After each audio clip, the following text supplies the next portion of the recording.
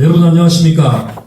평일임에도 불구하고 바쁘신 중에 이 자리에 참석해 주신 모든 분들과 화환을 보내 축하의 마음을 전해주신 분들께도 깊은 감사를 올립니다. 오늘 사회를 맡은 동국대학교 여예연구소장 김광용 여러분께 인사 올립니다.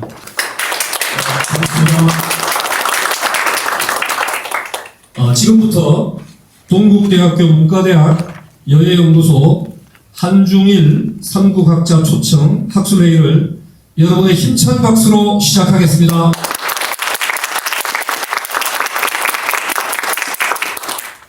예, 다음은 내빈 소개를 해올리는 시간을 갖도록 하겠습니다. 제일 먼저 노대한 동국대 문과대학 학장님 참석해 주셨습니다. 이인재 동국대 여예연구소 이사장님 참석해 주셨습니다. 한명기 명지대학 교수님 참석해 주셨습니다. 다음은 쯔노 일본 고지대학 교수님 참석해 주셨습니다. 다음은 김환기 전 동국대 문과대학 학장님 참석하셨습니다. 노영구 국방대학교 교수님 참석해 주셨습니다. 잠깐 나가셨군요. 다음은 노성석 동국대 여예연구소 학술위원장님 참석해 주셨습니다. 다음은 김경록 군사편찬연구소 선임연구원님 참석해 주셨습니다. 다음은 우리 이 행사를 후원해 주신 송성희 해군사관학교 해양연구소장님 참석해 주셨습니다. 네, 감사합니다. 마지막으로 오늘 여러분들께 멋진 그 사진 봉사를 해주실 이진아 작가님 참석해 주셨습니다. 네, 이상으로 내빈 소개를 마치고 다음은 인사 말씀과 축사의 시간을 간단히 갖도록 하겠습니다. 제일 먼저 이번 학술회의를 주최하신 동국대 노대한 문과대 학장님께서 인사 말씀을 해주시겠습니다. 뜨거운 박수로 맞이해 주십시오. 네, 안녕하십니까. 방금 소개받은 노대한입니다. 오늘 또 학술회의가 이렇게 좀 겹쳐가지고 1시에 학술회의 끝나고 지금 이제 중간에 제가 달려왔는데 제가 어떻게 보다 보니까 이 문학술원장하고 문과 학장을 겸임하고 있어가지고 하다 보니까 하여튼 제가 늘 말씀을 드리는 건데 제가 하는 일의 70%, 80%가 개회사, 그리고 축사, 그 다음에 저녁에 이제 건배사. 그래서 오늘도 이제 다시 개회사를 하고 지금 다시 이 자리에 왔습니다. 그래서 오늘 한중일 삼국학자를 초청해서 우리 여예연구소에서 일종의 소규모 국제학술회의를 개최하게 됐습니다. 저희 여예연구소는 우리 전임 김한기 학장님이 계실 때 만들었던 이제 충공 관련 학술기관인데 얼마 되지 않았지만 그동안 학술회의 그다음에 또 다양한 사업을 진행하면서 내실을 키워왔고 그래서 우리 이인재 이사장님께서 많이 도와주셔가지고 사실 이제 국제학술회의를 원래 개최하려고 했는데 그러다 보니까 사실 너무 이제 시간도 촉박하고 이거는 국제학술회의 공식적인 국제학술회의 6개국 학자가 참석한 학술회의는 내년으로 미루고 올해 이제 그 일종의 중간 이제 그 점검 그런 학술회의로 저희가 학술회의 개최하게 됐습니다. 소규모지만 오늘 참석해주신 발표자들 그 다음에 토론자들의 면모를 보면은 한국의 임진 전쟁 연구자들 전문 연구자들을 총 집결했다고 해도 과언이 아닐 정도로 정말 전문가분들이 모여서 소규모지만 좀 알찬 학술대회가 되지 않을까 생각합니다. 그래서 오늘 참석해주신 선생님들 그리고 토론자분들께 감사를 드리고 오늘 또 성승희 소장님께서 또 먼 걸음을 해주셨습니다. 해군사관학교에서도 저희와 계속 이제 깊은 연관을 맺고 많은 이제 협력 사업을 진행하고 있는데 오셔가지고 정말 감사드리고요.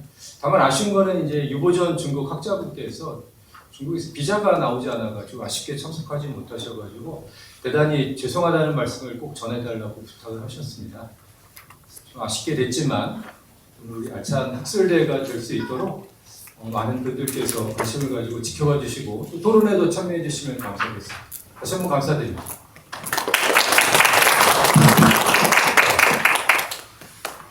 네, 감사합니다. 다음 인사를 하기 전에 아까 소개할 때 안 계셨던 노영구 국방대학교 교수님 다시 한번 소개해 드리겠습니다. 그리고 오늘 우리가 한중일 학술 세미나다 보니까 통역을 맡아주신 분이 계신데 일본어 통역을 해주시는 임경준 박사님 소개해 드리겠습니다. 다음은 또 이번 학술회의를 공동 주최하신 동국대 여해연구소 이인재 이사장님의 인사 말씀이 있겠습니다. 박수로 맞이해 주십시오. 반갑습니다. 고명하신 한명기 교수님 이하 여러 저명한 사계분들 모시고 이런 뜻깊은 학술 모임을 가지게 되어서 대단히 기쁘게 생각합니다. 지난 수천 년간 우리 한중일 삼국은 세계 어느 지역보다 높은 인구 밀도 그리고 그에 상응하는 높은 이 상호 교류를 이어왔습니다. 그 상호 교류는 평화적 교류도 많았지만 적대적인 교류도 또한 적지 않았습니다. 한중 간, 또 중일 간, 그리고 일한 간의 전쟁이 적지 아니하였고 또 삼국 간의 전쟁도 있었습니다. 그 대표적인 것이 이제 임진 전쟁이었지요. 이런 양국 간 전쟁이건 다자간 전쟁이건 우리는 전쟁 때문에 많은 것을 잃고 고통을 당했습니다. 이제 인구가 늘고 경제 규모가 커질수록 그 피해와 고통은 비례하여 커집니다. 우리 삼국 모두 인구 그리고 경제 규모에서 세계의 선두그룹을 형성하고 있는 현 단계에서 또다시 전쟁이 발발한다면 그 비극은 상상을 초월할 것입니다. 우리는 절대로 이런 비극을 후세에게 물려줄 수 없습니다. 우리가 불행한 역사를 공유한 건 지난 수천 년간이지만 우리 후세들이 이 땅에서 살아가야 할 시간은 수만 년, 아니 수백만 년 이상일 것이기 때문입니다. 이러한 맥락에서 근본 소규모이지만 삼국 학자 초청 학술회의를 가지게 된 것은 큰 의미를 가지는 것이라고 봅니다. 과거에 있었던 전쟁의 상흔을 되짚어 보는데 그치지 않고 이 땅에 영구 평화를 정착시키기 위하여 지혜와 성의를 모으는 계기가 될 것을 기대하여 마지 않습니다. 감사합니다. 네, 감사합니다. 다음은 축사 순서인데요. 축사는 한 분만 시간 강사 모시도록 하겠습니다. 이번 학술회의를 후원해 주신 송승희 해군사관학교 해양연구소장님의 축사가 있겠습니다. 네.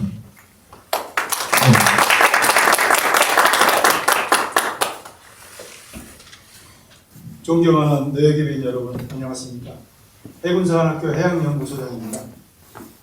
오늘 동양 평화를 위한 새로운 전진이라는 대주제를 가지고 삼국 학자들이 모여서 토론회를 한다는 것은 정말 의미 깊은 일이라고 생각을 합니다. 진심으로 축하를 드립니다. 또한 귀한 자리에 초청해 주신 여해연구소 이사장님 그리고 소장님을 비롯한 관계자분들께 진심으로 감사를 드리고요. 아울러 주제 발표와 토론을 해주실 많은 분들에게도 감사 인사를 드립니다. 역사는 돌고 돌며 역사를 잊은 민족에게는 미래는 없다고 했습니다. 우리의 이웃 국가인 한중일 삼국 학자들이 올바른 역사 인식하에서 임진전쟁을 중심으로 허심탄회하게 서로 학술 토의를 한다는 것은 정말 미래 동양의 평화를 위해서 소중한 발걸음이라고 생각합니다. 모쪼록 오늘 학술 행사를 통해서 미래 동아시아 평화를 구축하는 건설적인 소중한 시간이 되기를 진심으로 소망하겠습니다. 끝으로 참석해 주신 모든 분들의 건강과 행복을 기원드립니다. 감사합니다.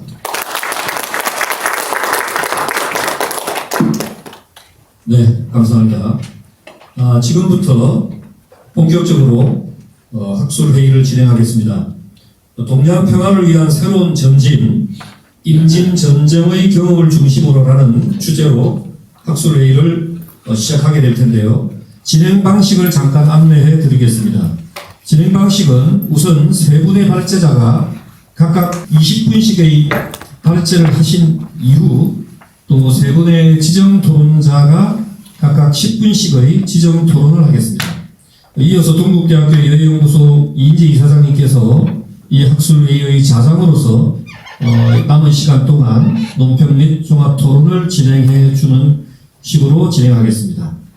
그럼 이제부터 학술회의 주제 동양 평화를 위한 새로운 전진, 임진 전쟁의 경험을 중심으로에 대한 발제를 시작하도록 하겠습니다. 우선 첫 번째로 2024년에 다시 오는 임진 전쟁이라는 제목으로 명지대학의 한명기 교수님의 발제가 있겠습니다. 박수로 맞이해 주십시오. 네, 여러분 반갑습니다. 앉으셔. 예. 예, 오늘 제가 발표하게 된 주제는 여러분이 갖고 계신 그 자료에 있는 것처럼 2024년에 성찰하는 임진왜란의 역사적 의미라는 겁니다. 완전히 새로 쓴 내용은 아니고 제가 기존에 했던 연구를 토대로 해서 약간의 자료와 사료를 덧붙이고 생각나는 거를 정리한 것이니까 여러분들이 경청해 주시면 감사하겠습니다.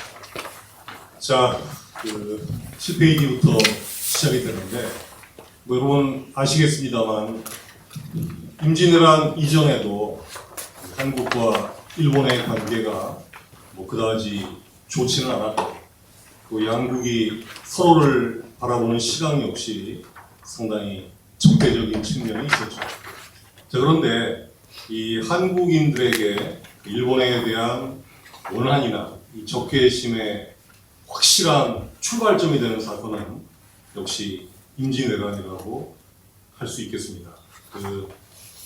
남북이 분단됐습니다만 이 한반도의 어느 곳을 가도 임진왜란과 관계된 사적이 남아있지 않는 곳이 없을 정도로 임진왜란의 상처가 깊었기 때문이죠. 자, 임진왜란은 일본의 침략에 의해서 조일전쟁으로 시작이 됐지만 이제 이 한반도와 조선하고의 관계에 대단히 큰 이해관계를 갖고 있는 명나라 군대가 참전하면서 한중일 삼국의 동아시아판 세계 대전이 됐습니다. 자, 그런데 오늘날 동일한 시간 또 동일한 장소에서 이 전쟁을 겪었음에도 불구하고 이 한중일 삼국이 이 전쟁을 기억하는 내용은 전혀 다릅니다. 그것은 이 전쟁을 부르는 명칭 자체가 판이하게 다르다는 데서 상징적으로 드러나게 되죠. 자, 그런데 이 한국인들이 임진왜란 혹은 정유재란이라고 하는 이게 상대에 대한 원한과 적개심이 물씬 풍기는 이 용어를 지금까지 사용하는 이유는 7페이지에 있는 이성조라는 사람의 발언을 통해서 우리가 엿볼 수가 있습니다. 잠깐 제가 읽어보겠습니다. 우리는 불행하게도 외와 이웃하고 있다.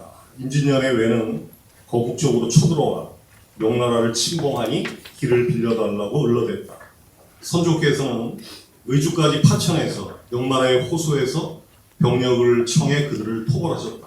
하지만 팔도가 도탄에 빠지고 종묘가 잿더미가 되고 선릉과 정릉이 파헤치지는 만극한 변이 있었으니 저들은 우리와 함께 하늘을 이고 살 수 없는 원수이다.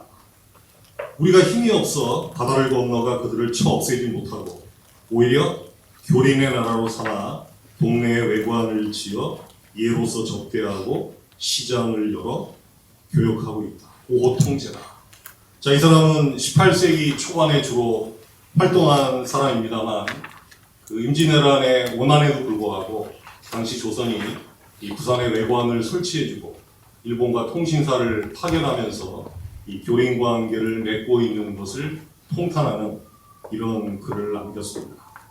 자, 여러분 잘 아시겠지만 이렇게 한국인들이 임진왜란이라는 용어를 통해서 일본에 대한 이 적개심과 원한을 벼렸던 데 비해서 일본은 이 전쟁을 보는 시각이 조금 달랐죠. 자, 오늘날 일본에서 이 전쟁을 부르는 공식 명칭은 블로코 게이조노 에키라고 얘기를 합니다.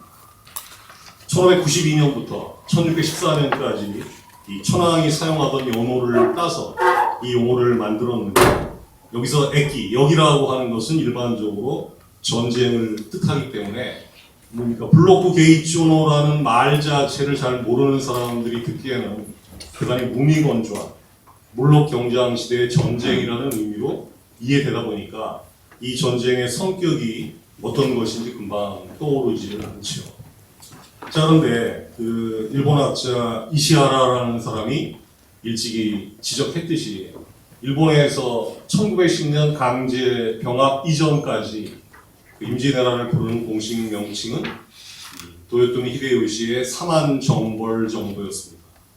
여러분, 정벌이라는 말은 상대가 뭔가 분명하게 나에게 잘못한 것을 저질렀기 때문에 이 윗사람 입장에서 정당하게 손을 봐준다라는 그런 의미를 갖는 용어입니다. 그런데 이게 1910년 강제 병합 이후로 이 블로코 게이조노 에키라는 명칭을 사용하게 된 것은 바로 일본인들이 나름대로 머리를 굴린 그런 시각이라고 얘기할 수 있죠. 자, 1910년 병합으로 한반도가 일본의 영토가 됐다고 생각하니까 자기 영토를 자기가 정벌했다는 것은 어딘지 모르게 어색할 수밖에 없고, 그래서 이제 고심 끝에 생각한 용어가 바로 블로코 게이조노 에키라는 대단히 무미건조하고 또 미안함이라든가 반성 같은 것은 들어가 있지 않는 그런 용어라고 생각을 합니다. 자, 중국이 오늘날 이 전쟁을 부르는 공식 명칭 역시 그 역사적 의미가 만만치가 않습니다. 항해 원조가 공식 명칭이죠. 일본에 맞서서 조선을 본 전쟁, 그리고 이 항해 원조라는 네 글자 가운데 가장 강조점을 두는 글자는 역시 원자입니다. 이 도왔다는 사실을 강조하는 것은 결국 조선이 자신들의 원조를 잊으면 안 되고 언젠가는 그에 대해서 어떤 형태로든 보답을 해야 된다는 그런 역사적 뉘앙스가 담겨 있는 거죠. 자, 그런데 그 명칭 기록을 보면 그 임진왜란을 부르는 명칭은 굉장히 다양합니다. 8페이지 하단입니다. 그 임진전쟁 무렵의 명나라 신료들은 외범조선, 외구조선, 외경, 그 밖에 외사, 동사 뭐 이런 명칭으로 임진왜란을 부르다가 이 조선에 파견된 경략 송응창이라는 인물은 구원조선, 응원조선 뭐 이런 말을 사용을 했고, 이 1610년에 이 요동도사가 조선에 보내온 문서에서는 동원이력이라는 표현이 등장합니다. 즉 동국을 원조한 한 전쟁. 아마 여기도 원자가 핵심이 되죠. 자, 그리고 이제 아주 재미있는 것은 황호경이라는 사람은 휴런조선이라는 표현을 사용을 했습니다. 아마도 이 원조선이라는 표현을 토대로 해서 나중에 민국 시기에 접어들면서 이 항해 원조라는 말이 드러난 걸로 보이는데, 어쨌든 중국인들은 이 항해 원조라는 표현을 통해서 조선에 대한 시혜자로서의 자부심을 엄청 갖고 있는 걸로 느낄 수가 있습니다. 근데 이제 우리가 또 하나 주목해야 될 것은 이 임진 전쟁으로부터 약 360년의 시간이 훌쩍 지난 1950년 북한의 남침에 의해서 벌어진 6.25 한국전쟁을 중국에서 항미원조라고 부른다는 사실이죠. 그 두 사건의 시차가 360년인데 이 중국인들의 용어상으로는 임진전쟁의 원자에서 임진전쟁에서 외자만 미자로 바꾼 게 6.25 전쟁인 셈이니까 얼핏 보면 결국 한반도에 대한 엄청난 개입 의지나 한반도를 자신들의 영향권으로 생각하는 그런 마인드가 깔려 있다고 보입니다. 제가 거기 써놓지는 않았습니다만 2020년 코로나가 한창일 때 6.25 전쟁 70주년이었죠. 근데 여러분 잘 나가는 한국의 BTS가 미국에서 벤플리트 상이라는 걸 받았습니다. 즉 한미 우호 관계에 대단히 큰 공을 세운 사람들에게 주는 상이 벤플리트 상인데 그 벤플리트 상 시상식에서 이 RM이라는 친구가 소감을 영어로 뭐라고 얘기를 했냐면 6.25 전쟁 때 자유와 평화를 위해서 희생한 한미양국의 젊은이들을 기억하자 이런 발언을 했는데 그게 중국 네티즌한테 퍼져가면서 이 중국군 15만 명 이상이 희생됐는데 왜 걔들만 기억하냐 그래가지고 이 한국 제품에 대한 불매운동이 또다시 벌어질까봐 이 사드 사태 이후처럼 굉장히 심각한 문제가 된 적도 있습니다. 그만큼 이 중국인들의 머릿속으로 보면 항해 원조와 항미 원조가 철저하게 별개의 사건이라기보다는 이 한반도에 대한 자신들의 역사적 전략적 이해관계가 그만큼 밀접하게 얽혀있는 사건이라고 할 수가 있습니다. 자, 그다음에 이제 두 번째 임진왜란의 발생 과정과 관련해서 저는 어떤 시각으로 정리를 하고 싶었냐면 결국 임진왜란은 일본의 군사적 자신감과 조선의 중국 중심의 존명의식이 충돌하면서 일어난 그런 사건이다 이렇게 생각을 합니다. 자, 9페이지에 써놨습니다만 2002년에 이 가미가이토 겐니치라는 일본 학자가 이 물록경장의 역이라는 책의 결론 부분에서 어떤 얘기를 했냐면 왜 히데요시가 임진왜란에 실패했을까? 기본적으로는 한창 떠오르고 있던 만주와 동맹을 맺지 못하고 또 당시 세계 최대의 해양 능력을 가졌던 포르투갈과 스페인을 일본 편으로 끌어들이지 못한 실책에서 기인한다. 뭐 이런 결론을 내린 적이 있죠. 이거는 결국 일본 학자들 전체의 시각인지는 모르겠지만 어쨌든 대항해 시대라고 하는 것이 임진왜란에 드리워져 있는 대단히 큰 영향력을 암시한다고 보입니다. 자, 10페이지, 11페이지 이야기입니다만 대항해 시대라는 것이 후추를 포함한 향료와 기독교도를 찾아서 이 포르투갈과 스페인이 주도한 이 15세기 말 이후에 이 세계사적인 대변동입니다만 이 세계사적 대변동에서 포르투갈이 결국 리스본을 출발해서 아프리카 남단을 돌아서 인도에 도착을 하고 다시 인도에 도착해서 마카오까지 이 무역 거점을 마련한 다음에 이 마카오를 거점으로 해서 이 중일 사이에 밀무역에 뛰어들었고 바로 그런 과정에서 1543년 일본의 조총이라고 하는 것이 전파가 되죠. 그리고 1549년에는 이 자비에르라는 사람이 일본에 상륙해서 기독교가 전파가 됩니다. 그래서 이제 일본에는 예수의 선교사들이 들어와서 이 큐슈 일대를 중심으로 상당한 기독교 교세가 퍼져가게 되는데 재미있는 거는 이 1585년에 히데요시가 일본 통일을 목전에 두고 예수의 선교사에게 이 명을 정복하는데 협조해주며 나중에 대륙을 정복한 다음에 이 기독교 포교권을 주겠다는 얘기를 했다는 기록이 나오고 있죠.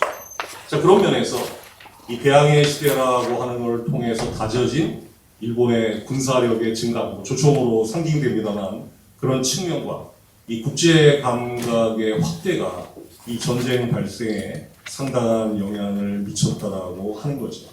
자, 어쨌든 이 1587년에 약 120년 동안 지속된 전국 시대를 통일했던 히데요시는 이 군사적으로나 경제적으로 자신감이 넘쳤고 자신이 자수성가에서 최고 권력자 자리에 오르다 보니까 이 당시 중국 중심으로 펼쳐지고 있던 동아시아 질서에 대해서는 대단히 무지했습니다. 마음만 먹으면 이 대마도를 통해서 조선 국왕을 일본에 불러다가 마치 굴복시킬 수 있는 것처럼 생각을 했을 정도였죠. 자, 그래서 이 조선 사신들에게 들려보낸 국서에서 조선으로 하여금 정명향도, 명을 정벌할 테니 가이드가 되라는 그런 상당히 협박조의 내용을 보냈는데, 이 조선하고 관계가 생명선이었던 대마도는 이 조선의 체면을 생각해서 이 정명향도라는 말을 여러분 잘 아시는 가도인명이라는 말로 살짝 바꾸게 되는 거죠. 조선에서 길을 빌려서 명나라로 들어간다. 한참 됐습니다만 어떤 일본 학자랑 한 20년 전쯤에 얘기를 하다가 이분이 여전히 그런 얘기를 하더라고요. 조선이 가도인명의 요구만 받아들여서 길을 빌려주기만 했으면 조선 침략은 일어나지 않았을 텐데 조선이 분명히 그때는 실책을 한 거다. 이분이 상당히 진지하게 얘기를 했습니다만, 자, 11페이지 중간입니다. 조선 지식인들이 한문을 배울 때 가장 먼저 접하는 교재가 천자문이죠. 그런데 그 천자문에 보면 가도멸객 천토회맹이라는 구절이 있습니다. 자, 이거는 바로 가도멸객이란 말이 이 춘추 전국 무렵에 진나라가 우나라에서 길을 빌려서 백나라를 멸망시킨 다음에 다시 백나라 멸망시킨 후 돌아오는 길에 우나라까지 멸망시켰다는 고사에서 비롯된 그런 내용입니다. 자, 조선의 지식인이라면 천자문을 다 외우고 있는 상태에서 이 가도멸객이란 말이 머릿속에 기본적으로 입력이 되어 있는데, 갑자기 일본에서 보내온 대마도의 국서에 가도인명이라는 말이 나왔을 때 조선이 이게 얼마나 어이없는 기만인가를 몰랐을 리가 없죠. 거기에 이제 이 천자문이라는 것이 삼국시대 때 보통 일본에 전래됐다는 것이 통설이라고 보면, 일본 지식인들도 천자문을 접했다라고 하면 이 가도멸객이란 말을 알고 있었을 것이고, 이 가도인명이 얼마나 허구에 찬 기만인지를 알았을 겁니다.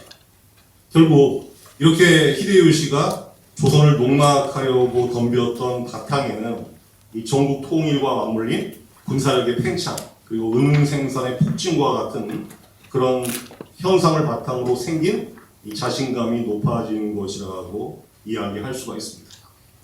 자, 그런데 반면 히데요시의 이렇게 자신감이 하늘을 찌를 때 이 16세기 중후반 조선의 역시 문화적 자존감 역시 하늘을 찌르고 있었습니다. 15세기부터 조선은 이 지성사대라는 걸 통해서 명과 일가라고 하는 차원으로까지 생각을 하게 되다 보니까 조선이야말로 이 지구상에서 명 다음 가는 문명입니다. 예를 들면 외란 직전에 일본에 갔던 통신사 김성일이 조선 스스로를 중국이라고 부르고 자신을 대국의 사신이라고 자부하면서 일본을 도의 소추라고 멸칭으로 부르게 됩니다. 또 임진왜란 때 일본군에게 포로로 잡힌 경력이 있던 이 황주옥이라는 인물은 아예 일본이라고 하는 나라를 최반, 있어도 그만, 없어도 그만이라고 하는 대단히 모멸적인 용어로 부른 바 있습니다. 그러면 이렇게 일본을 우습게 보던 근거는 뭐냐? 바로 조선이 중국 다음 가는 문명국이라는 그런 의식이었던 거죠. 그러니까 여기서 바로 양자의 충돌이 결국 전쟁으로 이어지는 하나의 원인이 되었다고도 볼 수가 있겠습니다. 자, 그 다음 3장입니다. 자, 외란 초반에 일본군의 승승장구, 그리고 조선 국왕 선조가 의주까지 파천하면서 이제 조선에서는 나라가 곧 망할지도 모른다는 위기의식이 대단히 강하게 고조될 수밖에 없었죠. 우리가 알고 있는 그런 상식에 따르면 그럼에도 불구하고 조선이 망하지 않고 버틸 수 있었던 배경에는 이순신이 이끄는 수군과 의병들의 활약이 있어서 이 명군이 참전할 때까지 버티는 원동력이 되었다.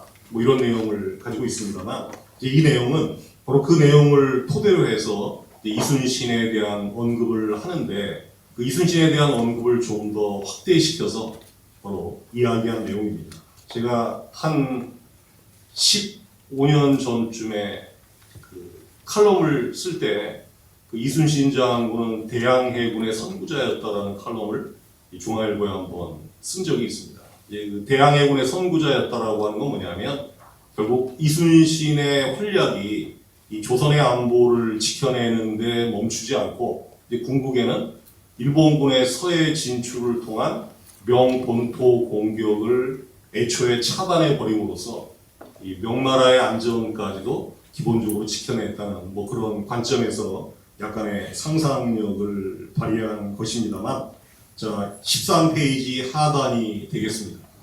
자 이순신이 거제도 일대에서 일본군의 서진을 차단하면서 어떤 일이 이루어졌냐면, 자 애초에 임진왜란 직전 그리고 16세기에 그 극심하게 발호했던 그 왜구들의 문제 때문에 이 명나라 조정의 대소신료들이 가장 우려하고 있던 것은 일본군이 명측 연안에 상륙하는 것이었습니다. 특히 가장 우려했던 상륙 지점은 이 북경의 현관인 천진, 그리고 산동의 등내, 그리고 요동의 여순이었죠. 그러니까 만약에 이순신의 활약이 없어서 일본 수군이 서해로 진입했다라고 하면 명측 입장에서는 천진, 등내, 요동이 곧바로 일본군의 위협에 노출되는 거죠. 그래서 이 조선에서 원군을 보내달라는 그 보고가 들어온 직후에도 이 명나라 조정이 제일 먼저 취한 조처는 바로 이들 지역의 해방을 강조하는 것이었습니다.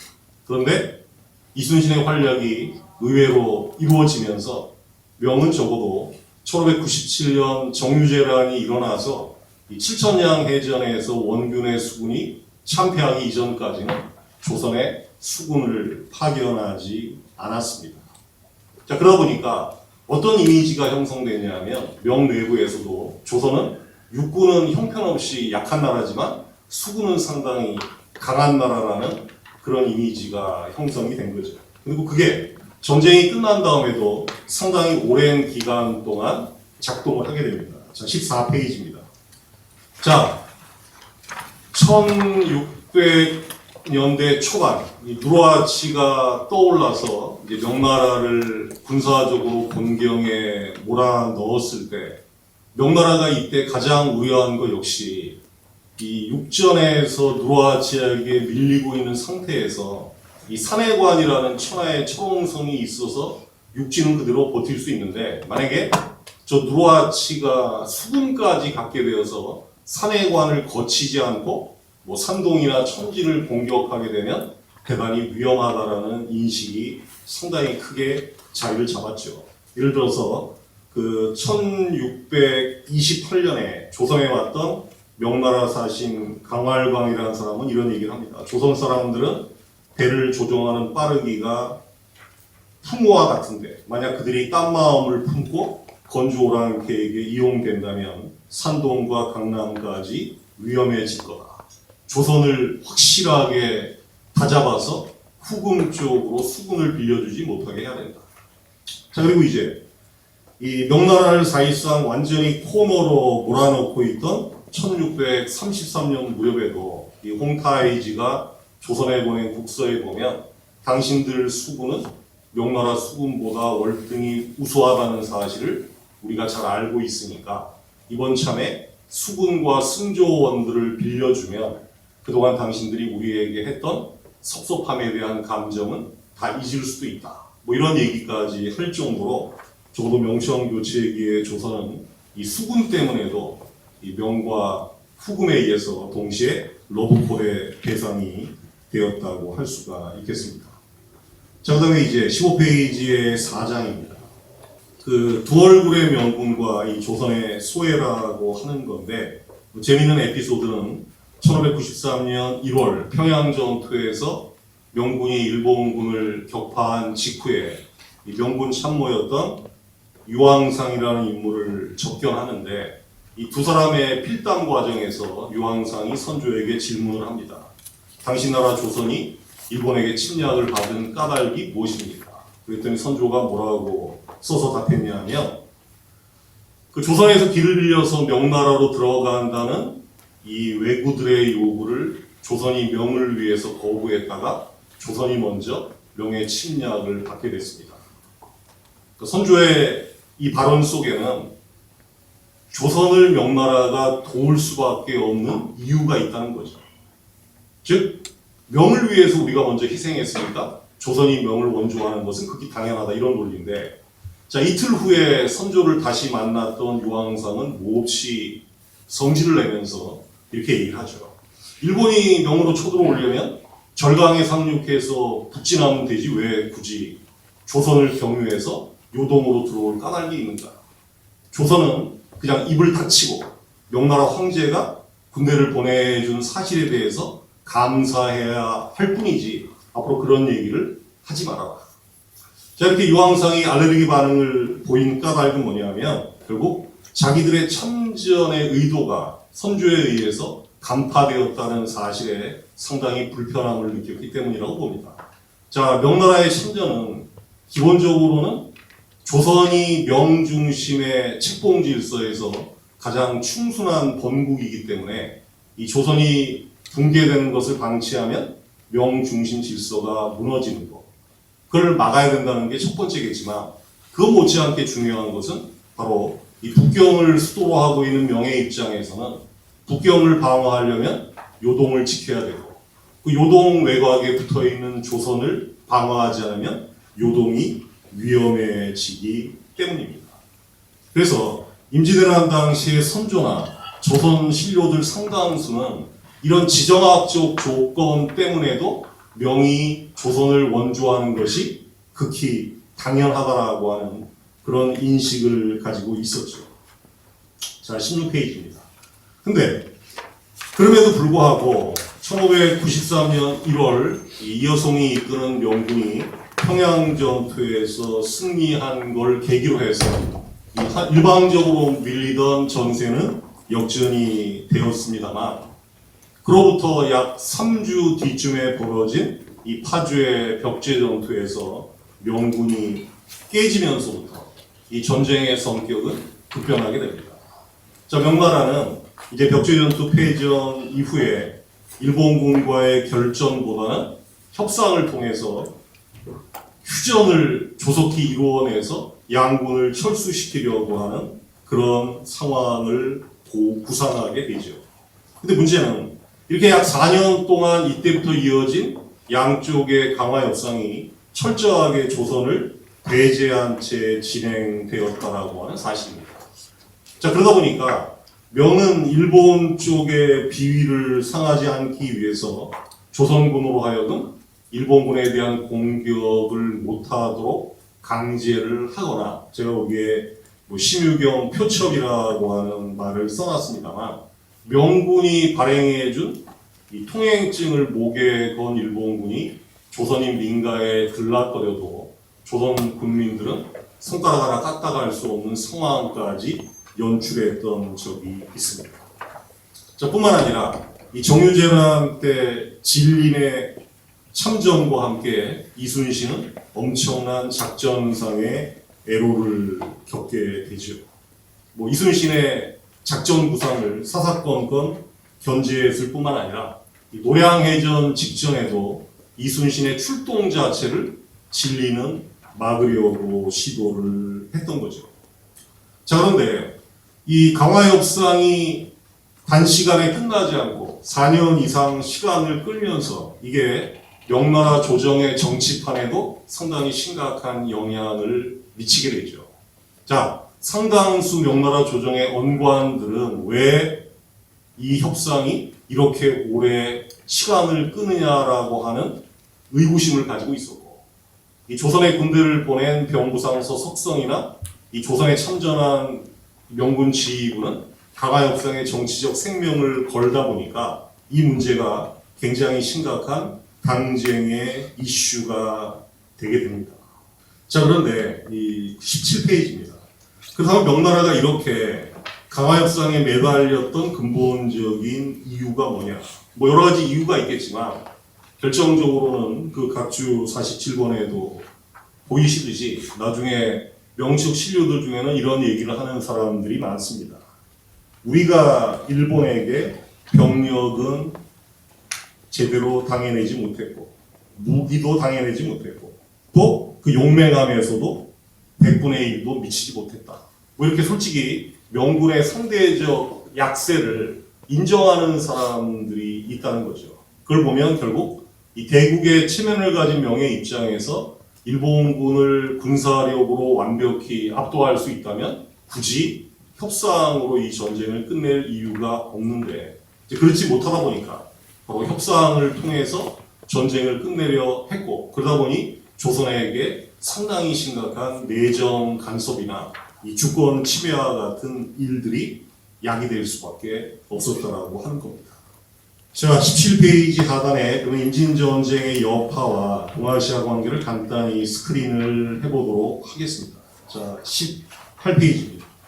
그 외 전쟁 이후의 조일 관계를 보면 아까 모두에 말씀드린 것처럼 조선이 임진왜란을 계기로 해서 일본에 대한 적개심이 하늘을 찔렀지만 문제는 외란이 끝날 무렵의 내외 상황은 이 적개심을 대놓고 드러낼 수 있는 현실이 아니었다라고 하는 거죠. 당장 이 7년 전쟁의 상처를 치유하는 것이 급박한 상황에서 이 만주 대륙에서 이 누르하치의 건주여진의 세력이 확대돼서 이 명과 조선을 위협하는 수준까지 커오다 보니까 조선 입장에서는 외란을 통해서 일본이 원수가 됐지만 일본하고 관계를 적정선에서 잘 유지하지 않으면 이 대외 정책에서 북방 쪽에 신경을 쓸 수 있는 여유가 사라지게 됩니다. 즉 적개심은 품었지만 그들의 재침을 우려해야 되는 이런 딜레마적인 상황에서 조선은 결국 1607년 회답 겸 세완사라고 하는 통신사를 파견하게 됩니다. 이 회답 겸 세완사라는 단어의 용어 자체가 상당히 심각한 조선의 고뇌를 담고 있는 거죠. 일본이 국교를 재개하자고 요청을 했으니까 거기에 회답한다라고 하는 거예요. 그리고 왜 일본의 원수의 나라에 사신을 가느냐? 달리 가는 게 아니라 외란 때 일본군이 잡아간 우리 피고인들을 찾아서 돌려받기 위해서 간다. 그러니까 조선 지식인이나 정부는 기본적으로 일본에 가는 것 자체를 치욕이라고 생각하다 보니까 바로 그 고민을 이 사신 이름을 이렇게 아주 괴상한 회답 겸 세완사라고 붙이는 데서도 나타날 수밖에 없었습니다. 자, 반면 일본은 이 도쿠가와 마쿠가 히데요시 사후에 새롭게 정권을 잡다 보니까 바로 조선에서 불러온 이 회답 겸 세완사 이후의 통신사를 자신들의 정치적 권위를 높이는데 대단히 중요한 이 선전 호재로 사용을 하죠. 그래서 마치 조선인들이 조공사절로 온 것처럼 내외적으로 선전을 하게 됩니다. 자, 18페이지 하단에 보면 조선이 일본에 대한 적개심을 유보해야 됐던 상황은 이후에도 이어지죠. 자, 인조 정권이 들어선 지 1년도 안 돼서 이괄의 난이 발생했는데 인조가 이괄의 난 때 반란군을 피해서 어디입니까? 저 공주 공산성까지 피신을 합니다만 그 당시 기록을 보면 양재쯤에 도착을 했을 때 신하들 중에 어떤 얘기를 하는 자들이 나오냐면 이괄 반란군 중에 일본군 포로 출신의 항해들 수백 명이 엄청난 위력을 발휘하고 있다. 조선군 가지고는 쟤들을 도무지 당해낼 수가 없으니까 저 부산의 외관에 알려서 일본으로부터 원병을 초빙해다가 이괄 반란군을 막아내자. 자, 이 외란의 원한 때문에 일본에 대한 적개심이 하늘을 찌른 지 얼마 지나지 않아서 일본에서 원병까지 부른다라고 하는 얘기가 나올 정도니까 당시 조선의 딜레마가 얼마나 컸을까. 그리고 이제 뭐 잘 아시는 것처럼 1627년과 36년에 정묘호란, 병자호란을 맞이해서 조선이 청나라에게 항복하는 상황이 되다 보니까 이 적개심의 원천이 일본에서 청 쪽으로 옮겨지면서 어쩔 수 없이 조선에서는 일본은 포용할 수밖에 없는 그런 존재라는 식으로 인식이 옮겨가게 되죠. 자, 다음에 이제 임진전쟁 이후의 조종관계를 보면 역시 외란 계기로 명군은 두 얼굴이었다. 하나는 구원군이었지만 또 하나는 점령군이었다라고 하는 겁니다. 자, 강화 협상을 시도한 다음에 철저하게 조선의 의사를 배격하고 밀실 협상을 통해서 조선을 소외시켰던 명나라지만 정작 선조는 이 전쟁이 끝나고 나서 이 신하들에 대한 논공행상 과정에서 어떤 결론을 내리냐 하면 그래도 명군 때문에 나라가 다시 살아났다라는 식으로 결론을 내리게 되죠. 그럼 이게 전쟁에 대한 기억을 사실상 정의를 내린 겁니다. 조선은 명 때문에 살아났다. 그리고 이제 명의 그 은혜를 이 제조지은으로 강조하는 이런 사회 분위기가 이후까지 이어질 수밖에 없었고, 반면 임진전쟁에 참전한 이후부터 이 군사적으로나 사회경제적으로 상당히 내리막길을 걸었던 명나라는 상황이 악화되면 악화될수록 이 조선으로부터 자신들이 과거에 베푼 이 제조지은의 보답을 바라는 시혜자 의식이 커질 수밖에 없는 겁니다. 여러분이 아마 상식으로 알고 계시겠지만 이 명나라가 망한 이유 중에 하나가 이 환관들을 곳곳에 보내서 마구잡이로 광세, 상세 같은 이 세금을 뜯어낸 건데, 엄밀히 말하면 이 광세의 폐라고 하는 것이 임진왜란 이후 조선에서도 변형된 형태로 전가되게 됩니다. 그걸 우리가 기억을 할 필요가 있죠. 20페이지입니다. 자, 그리고 이제 이 명하고의 외란을 통한 특수관계가 조선 지식인들에게 머릿속에 각인되다 보니까 어떤 사람들은 아예 임진왜란을 부르는 명칭 자체를 뭐 임진왜란 이런 말을 쓰지 않고 제조라고 부릅니다. 제조 이후에. 이 말은 철저하게 외란의 어떤 성격 자체를 명으로 규정을 하는 거죠. 자, 이런 인식에서 이 명청교체기의 명과 건주여진 누르하치 사이에서 양단을 걸치는 행보를 보였던 광해군 역시 인조반적으로 쫓겨나는데 이 명에 대한 태도가 상당히 중요한 그런 배경 중에 하나가 되기도 합니다. 또 우리가 또 씁쓸하긴 하지만 한번 기억해야 될 것도 뭐냐면, 자, 이렇게 일본에게 당했던 원한과 적개심이 하늘을 찔렀지만 이 여진하고의 관계가 또한 수세에 처하게 되면서부터는 일본을 내세워서 여진을 견제하려는 그런 움직임도 조선에서는 나오게 되죠. 자, 21페이지의 상단에 보면 청과 조선하고의 관계에서 청이 너희들 왜 우리에게 끝까지 저항하느냐라는 질문에 이 조선의 최명길이 임진왜란 때 명나라가 천하의 대군을 동원해서 제조지은을 베풀었다라고 얘기를 하니까 청은 당장 뭐라고 얘기를 하냐면 명나라는 천하의 일부일 뿐인데 조선 니들은 어떻게 명 자체를 천하라고 얘기를 하느냐, 뭐 이런 식으로 신란했던 그런 에피소드까지 나오게 되고, 또 병자호란 직후에 조선 신료들 중에서는 이제 우리의 가장 큰 원수는 청나라니까 일본하고 우호 관계를 맺어서 청을 견제해야 된다. 그걸 제가 이외 제청론이라고 명명했습니다만 그런 분위기가 나오게 되는 것이고, 결국 이 조선의 중국 인식과 일본 인식은 상호 관계 변화에 따라서 늘 기량할 수밖에 없다는 것을 보여주는 거죠. 자, 임진왜란 이후의 중일 관계를 간단히 살펴보면, 자, 도쿠가와 이에야스가 짓고 난 다음에 이 히데요시를 배반한 거니까 이 도쿠가와 정권의 입장에서는 명으로부터 책봉을 받는 것이 자신들의 정통성을 유지하는 데 가장 결정적인 수단입니다만, 그 임진왜란 때 일본군에게 우세를 보이지 못했던 명은 이 외란 이후 일본에 대해서 근본적인 반감을 가지고 있었습니다. 그래서 일본하고의 어떤 접촉도 거부하게 됩니다. 자, 그러다가 결국 그 명나라는 청해에게 계속 밀려서 1644년 이자성의 농민 반란으로 망하게 됩니다만, 이후에 그 남쪽으로 쫓겨갔던 명나라의 잔당 세력들이 결국은 일본 막부에 군대를 보내서 그 청을 공격하고 고토를 회복하겠다라는 그런 의지를 보이게 되죠. 그러니까 말하자면 결국 임진왜란 끝나고 나서 40년 만에 어떻게 보면 동아시아의 문명국으로 자부했던 명과 조선이 하나는 망하거나 하나는 완전히 수세에 처하고 오랑캐로 치부했던 청과 일본이 새로운 강국으로 떠올라서 이 질서가 완전히 바뀌는, 뭐 일본에서는 이거를 화이 변태라고 얘기를 하고 우리도 화이 역전이라고 얘기를 합니다만 이런 상황이 펼쳐지게 되는 겁니다. 그다음에 이제 6번 임진전쟁의 성찰과 관련된 간단한 코멘트를 해보겠습니다. 자, 24페이지입니다.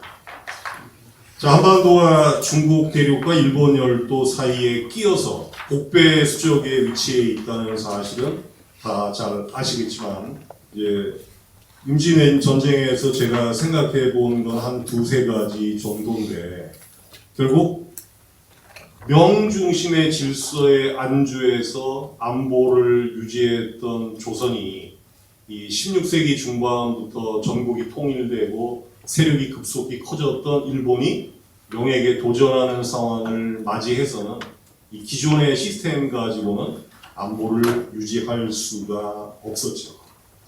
저로 아까 가미가이토 겐니치가 포르투갈과 스페인과 연합해야 된다는 얘기를 했겠습니다만, 여러분 아시는 것처럼 포르투갈이 아프리카를 돌아서 인도에 온 다음에 당시 동서교역의 거점이었던 말레카를 가볍게 장악해버리고 마카오를 거쳐서 일본, 중국까지 올라왔다고 하면 당시로서는 세계 최강의 해양 세력입니다.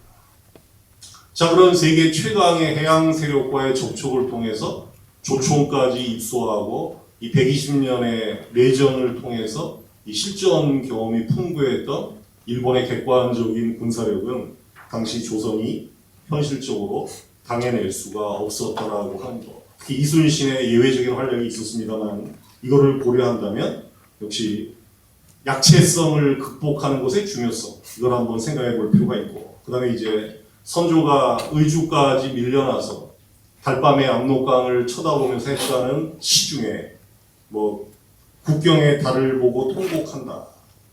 압록강의 바람 속에 마음이 쓰리구나. 조정신하더라 앞으로도 서인 동인하고 싸울 거냐. 이 선조가 이렇게 신하들에게 당쟁 때문에 전쟁이 이렇게 됐다라고 하는 걸로 그 핑계를 대는 것처럼 보이긴 하지만 실제로 이 1575년부터 1589년 그 기치옥사를 거치면서 이 조선 내정은 이 서인과 남인 사이 또 북인 사이에 거의 원수처럼 상대에 대한 적개심이 하늘을 찌르고 있었다는 사실만큼은 우리가 인정을 해야 되거든요. 그리고 어쨌든 이렇게 내정이 분열된 나라가 거대한 외부로부터의 격변이 밀려올 때 제대로 대응하지 못하는 것은 이 동서고금의 통상적인 교훈이라고 얘기할 수가 있겠습니다. 또 그리고 이제 하나 주목할 건 뭐냐면 그 임진왜란은 어쩌면 비극이었지만 이 조선 사회가 안고 있는 여러 가지 사회적 한계나 모순들을 일거에 해결할 수 있는 절호의 기회이기도 했습니다. 실제로 유럽사에서는 그래요. 자, 임진왜란 때 명군이 대거 참전해서 의주에서 계속 남쪽으로 남하하는데 명군이 계속 조선에게 문제 삼았던 건 뭐냐면 우리가 이렇게 목숨 걸고 너희들을 도와주는데 니들은 우리가 압록강 건너서 의주까지 갔다 오는 군량도 제때 우리한테 운반을 못 해준다.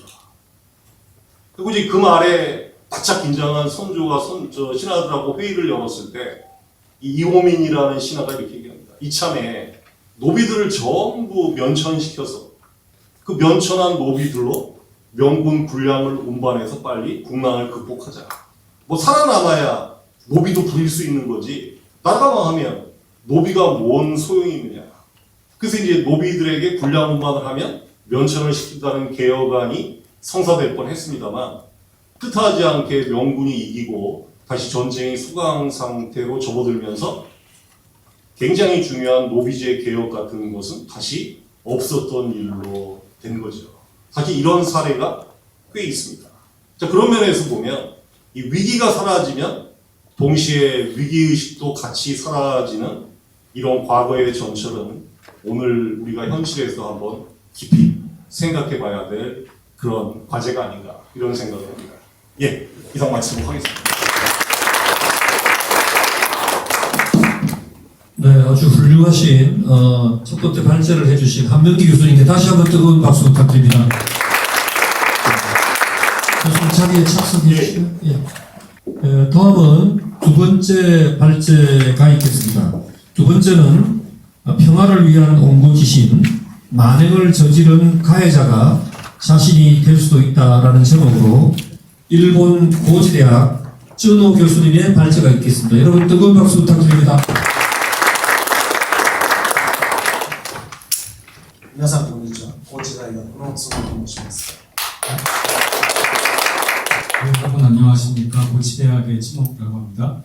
私は豊臣秀吉の時代の政治史、それから、今日のテーマである人心戦争を、中心に研究しております。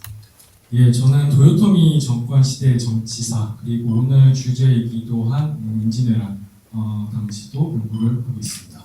今回はこうした学術会議にお招きいただき大変光栄に思っております。ありがとうございます。 예, 이번에 이렇게 귀중한 수요대회에 초청을 해주셔서 대단히 감사하게 생각합니다. 私は韓国語はできないので、プロシーディングスですね、予行集の方の、日本文を読み上げていく形を取りたいと思います。で皆さんは、ハングルの、ページですね。ハングル語、47 페이지. 한국어. 예, 죄송합니다만 저는 한국어가 불가능하기 때문에 여러분들께서는 그 프로시딩스의 47페이지에 실려 있는 한국어 번역문을 참조해 주시면 감사하겠습니다. 日本の冊子で、平和のための恩子知心、断行の加害者に自分もなり得ると題して発表します。構成は、はじめに、第1章が日本における人心戦争研究の今、第2章が断行という日本側の経験、第3章が平和のための恩子知心、そして終わりにという構成になっております。それでははじめにですが、2022年2月24日、ロシアはウクライナへの本格的な軍事行動を開始しました。この軍事侵攻の収束の気配は、この発表文を書いていた2024年10月中旬の段階でも感じられませんでした。歴史学者の多くは21世紀、しかもヨーロッパでこのような事態が生じるとは想像していなかったのではないでしょうか。私もまたそうした歴史学者の端くれです。こんな事態が起こるとは、私はもう本当に予想しておりませんでした。で、こうした国際情勢の中で、東洋平和のための新しい前進、人心戦争の経験を中心にというテーマを設定し、平和を議論する学術会議、これは時宜にかなっているかと思います。非常にタイムリーだと思います。ただし、人心戦争当時と現在とでは、東洋の国際関係は大きく異なります。すなわち、日本、朝鮮、ミャン、こうしたものをプレイヤーとした当時とは異なって、現在は、日本、テハミン、朝鮮民主主義人民共和国、北韓ですね、中華人民共和国、こういったアジアの国だけではなくて、ロシア、アメリカ合衆国もプレイヤーとなっていると言ってよいでしょう。ゆえに、政治、外交といった国際関係を視点にすると、テーマの人心戦争の経験を中心にという注文は、難題に思われました。大変難しいと私は感じました。そうした難しいという思いで、思案を重ね、人心戦争の経験を踏まえて、平和に資する道理について試験を開陳していることにしました。具体的には、人心戦争における日本側の蛮行、野蛮な行為ですね、に関する戦学の評価に学びつつ、恩子知心を試みたい。なお、本校で論じる、道理は道理である以上、へりくつのような感じですが、諸見、皆さんにはごく当然のことかもしれないです。あらかじめご概要を講じ次第です。それでは、もう終わりにということになりますが、イルボの、サーシ語、ハング語、ウォーシ語、終わりにということで、本校では人心戦争における日本側の蛮行という経験と、一僧侶、去年の経験を踏まえて、平和に資する道理について試験を開陳しました。でまず第1章では、日本における近年の人心戦争研究の進展について述べました。人心戦争研究の進展は目覚ましいんですが、新発見を提示したいのが、歴史学者の佐賀であるため、常識化している共通理解にわざわざ言及することは稀になっています。おそらくこれはどこでも同じだと思いますが、新知見を述べることに必死になるがあまり、共通理解についてはあまり述べることはない。しかし、人心戦争の経験として、蛮行の経験を踏まえることが、東洋平和のための新しい前進には必要。そんな風に私は考えました。で、その考えを第1章で提示しております。で、続いて第2章では、そういう考え方を持っておりますので、藤木久氏ですね、北島万次氏、こうした研究者の研究が証述、つまりは告発した蛮行の事例を確認しました。この確認が第2章でやや長くしております。そして第3章で以下のような試験を提示しました。両氏、すなわち北島氏と藤木氏による蛮行の告発は、東洋平和のための新しい前進、すでに彼らの告発というのは前進だったのであり、心ある人、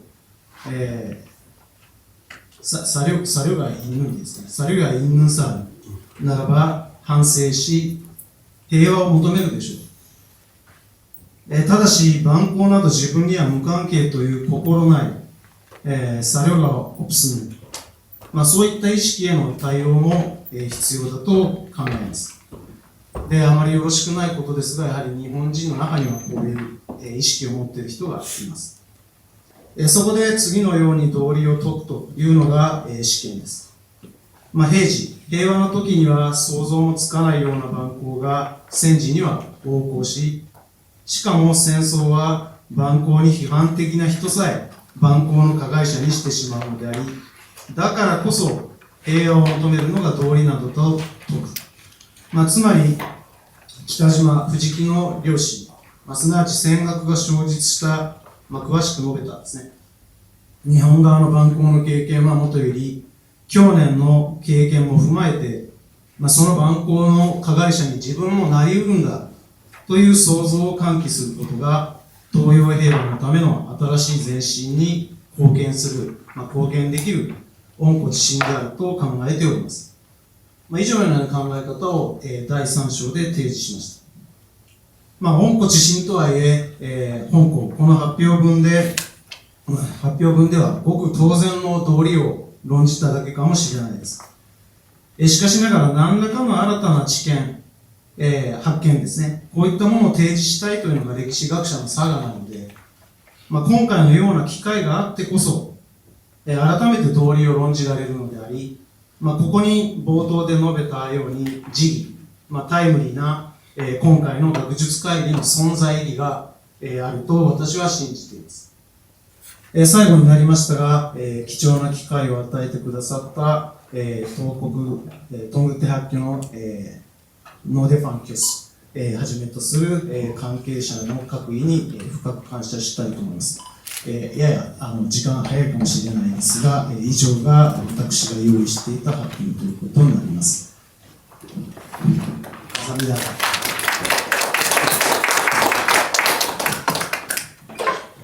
네, 두 번째 발제, 평화를 위한 원고지신, 만행을 저지른 가해자가 자신이 될 수도 있다는 제목으로 발제를 해주신 일본 고지대학 전호 교수님께 다시 한번 박수 부탁드립니다. 네, 감사합니다. 자, 자, 이제 세 번째로 마지막 발제가 되겠습니다. 선조식이 광양묘의 설립과 간우숭배의 정결하는 제목으로 중국山东대학 유보전 교수님께서 원래 발제를 해주시기로 하셨습니다만은 아까 노래한 학장님께서 말씀드린 대로 그 입국을 하지 못해서 부득이 발제문 요약을 노대한 학장님께서 간단하게 해주시겠습니다. 뜨거운 박수로 맞이해 주십시오.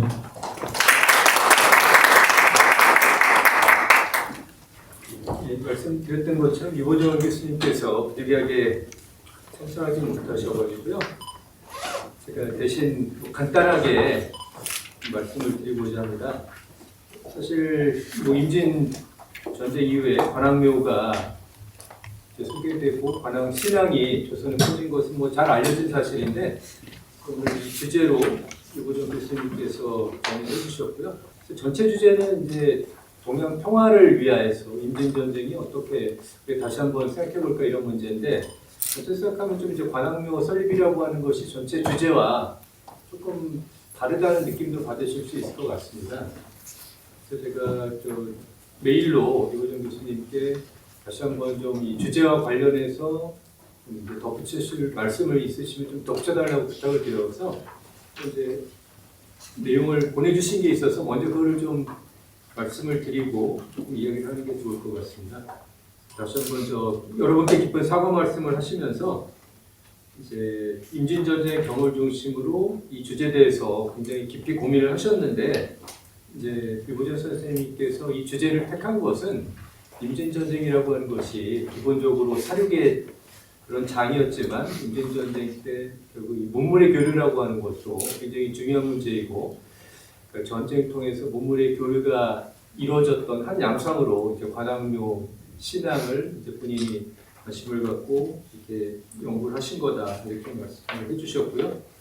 그러면서 이제 그동안 임진전생사 연구에서 민족국가의 제약을 타파하고 민족국가를 동아시아의 보다 거대한 역사적 맥락 속에 두며 삼국이 서로의 국가적 선입견에 얽매이지 않고 역사적 화에 도달하는 시각에서 임진전쟁사의 전모를 정확히 반영해서 공동의 역사 인식을 좀 도출하면 좋겠다.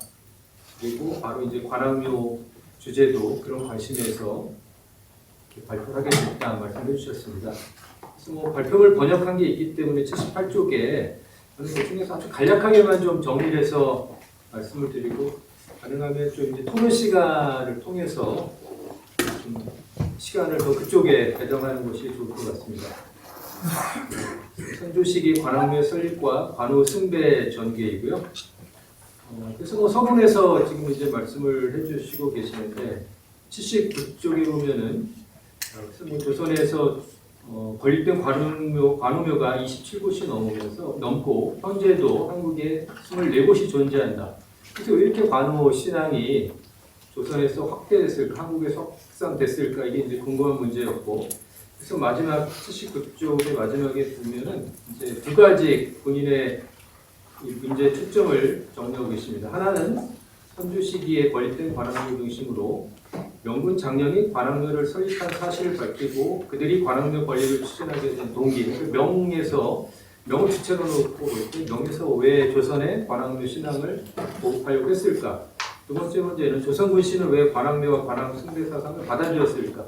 두 번째 이제 조선의 입장에서 이게 일방적으로 강요해서만 이렇게 확산이 될 수 있는 것은 아니고 아마도 조선에서도 나름대로 이거를 받아들이게 된 동기가 있을 텐데 그것이 무엇인가? 그래서 두 가지 문제를 이제 관심을 갖고 밝히겠다라고 하는 것이고요. 그래서 좀 그냥 이제 첫 번째 문제, 관우 신앙이 한반도에 좀 이입된 배경으로서 바로 이제 명예에서 이것을 퍼뜨리고 했던 문제에 관해서는 이제 84쪽에 그 중간 조선 선조식 관악묘 제사 그 윗부분에 보면 이제 정리가 되어 있어서 이것을 읽으면 좀 이해가 되실 수 있을 것 같습니다. 그래서 앞에서 서스람하고 같이 관우 신앙은 중국 역사문화의 중요한 구성 부분으로 그래서 이미 중국에서 관우 시상은 굉장히 중요한 부분이었다. 그래서 명나라 시기에 이미 높은 지위를 갖고 있었고 특히 군대에서는 관우 제사가 전쟁 전후의 중요한 의식이었다.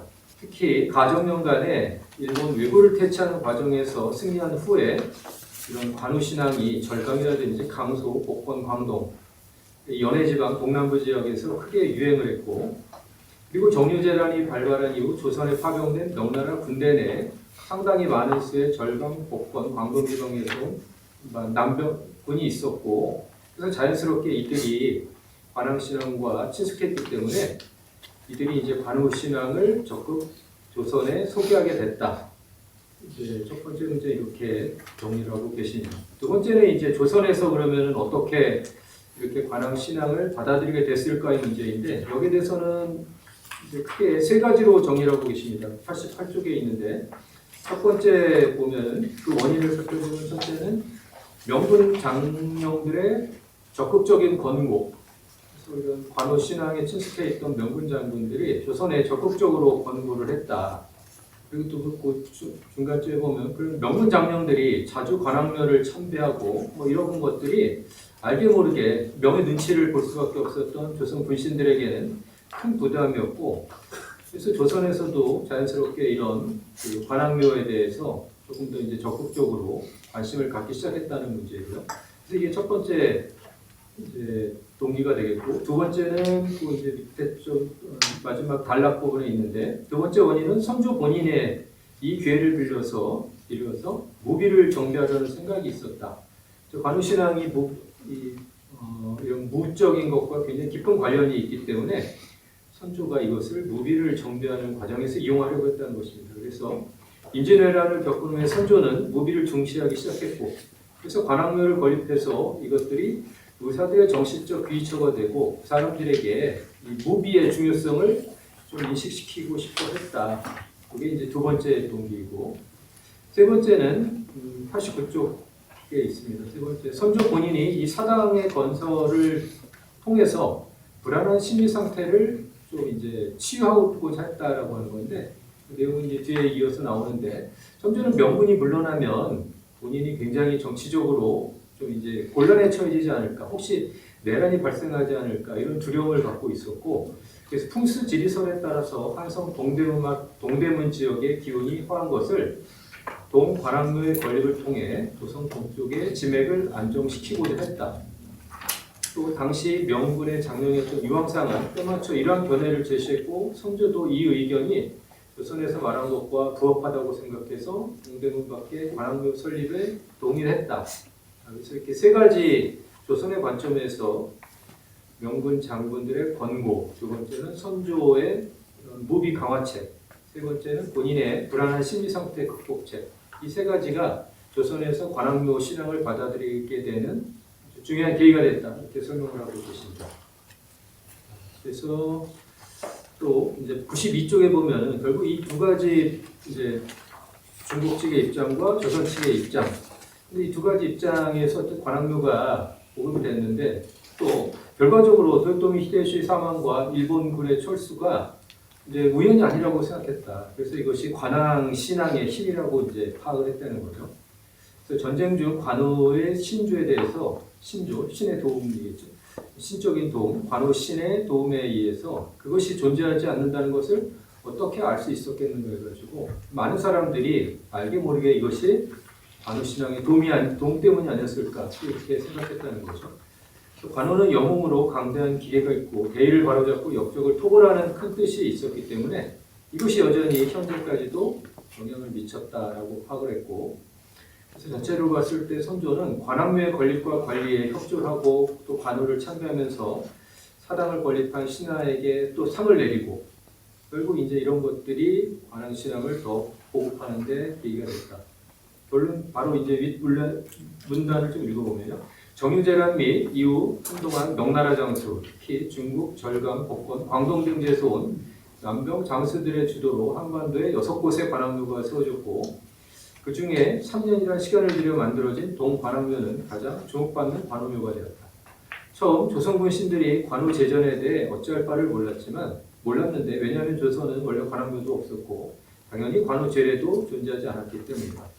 관우는 승리의 정신적 상징이자 군대의 승리를 돕는 신으로 명나라 장병들의 숭배를 받았고, 조선의 군신들은 또 이 영향을 받았으며 아울러 명나라의 제조 지연에 감격하여서 점차 관우 승려의 신앙을 받아들였으며 하지만 선조 당시에는 아직 제도화된 제를 형성하지는 못했다.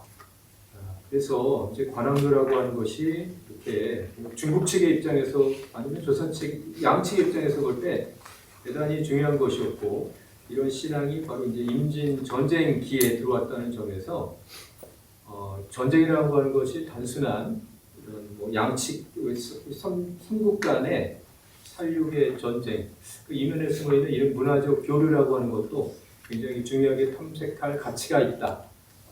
그것이 아마 우리 이보전 선생님의 제가 뭐 개인적으로 몇 번 이제 또 의견을 여쭙고 있는데 꼭 하고 싶은 말씀이셨던 것 같습니다. 다시 한번 우리가 또 전쟁이 갖고 있는 여러 가지 전쟁은 물론 없어져야 되는 것이겠지만은 전쟁이 어쩔 수 없이 전쟁이라고 하는 것이 또 일어나고 전쟁 과정에서 또 발전이라고 하는 것도 의도치 않게 일어나고 문화 교류도 일어나는데 그런 측면도 한번 또 임진 전쟁에서 주목하는 것도 의미가 있을 것 같습니다. 이보전 선생님의 발표는 제가 간략하게 좀 정리를 해서 말씀을 드리고 남은 시간 좀 이제 토론으로 예, 감사합니다. 네, 노는 학장님 정말 수고하셨습니다. 여러분 지금부터 한 10분 정도 동안 휴식 시간을 갖고 그리고 나서 지정 토론 및 종합 토론을 하도록 하겠습니다. 10분 동안 휴식을 갖도록 하겠습니다. 이 앞에 다가라든지 커피가 있으니까 같이 좀 즐기시다가 10분 후에 진행하도록 하겠습니다. 잠시 후에 뵙겠습니다. 감사합니다.